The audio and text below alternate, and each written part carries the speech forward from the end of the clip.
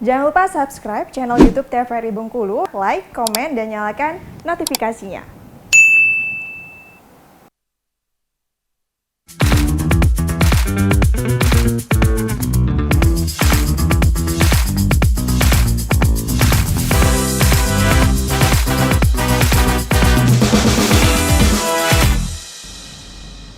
Balik lagi di Opini, obrolan pagi ini masih dengan tema yang sama, yaitu Pancasila di era milenial bersama dengan Pak Asep, sosiolog.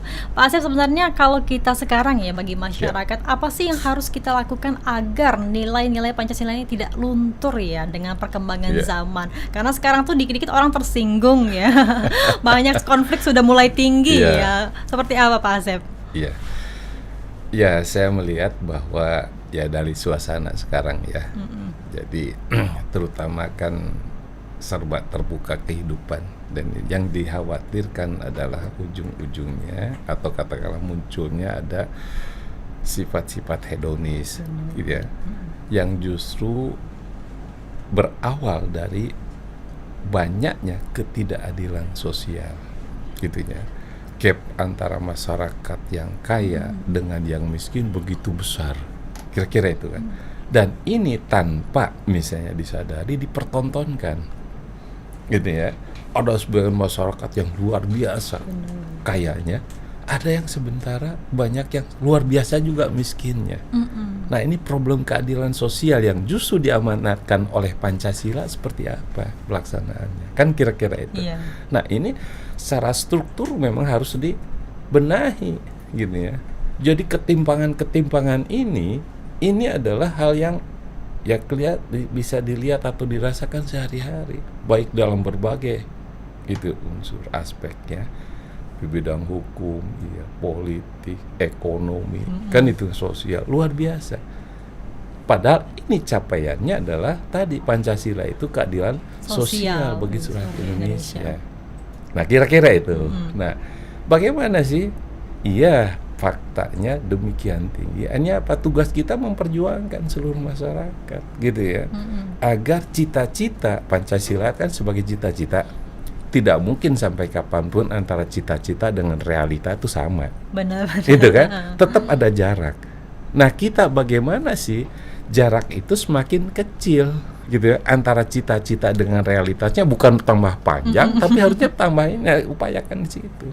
Nah, penataan strukturalis dan sebagainya ini, terutama di bidang ekonomi sosial, kesempatan itu begitu timpang. Benar. Gitu kan ya. Nah, ini faktanya.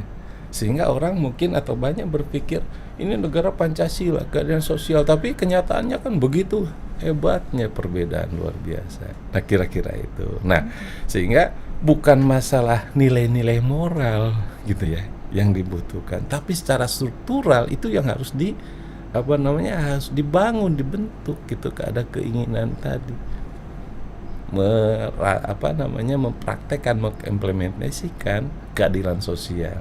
Benar. Termasuk dalam konteks beragama dan seterusnya gitu ya. Hubungan antar manusia seperti apa sih gitu kan ya. Nah, sehingga jangan sampai pula misalnya agama jadi mengekang gitu ya. Gitu ya. Dalam berinteraksi sosial kan tidak ada agama mengajarkan itu gitu kan. Oke, mungkin terakhir nih Pak, ada himbauannya kepada masyarakat bahwa memang masyarakat ini tidak harus serta-merta hanya hafal saja ya Pancasila gitu kan, tapi juga memahami dalam kehidupan sehari-harinya. Oke, singkat saja Bapak. Iya, artinya begini.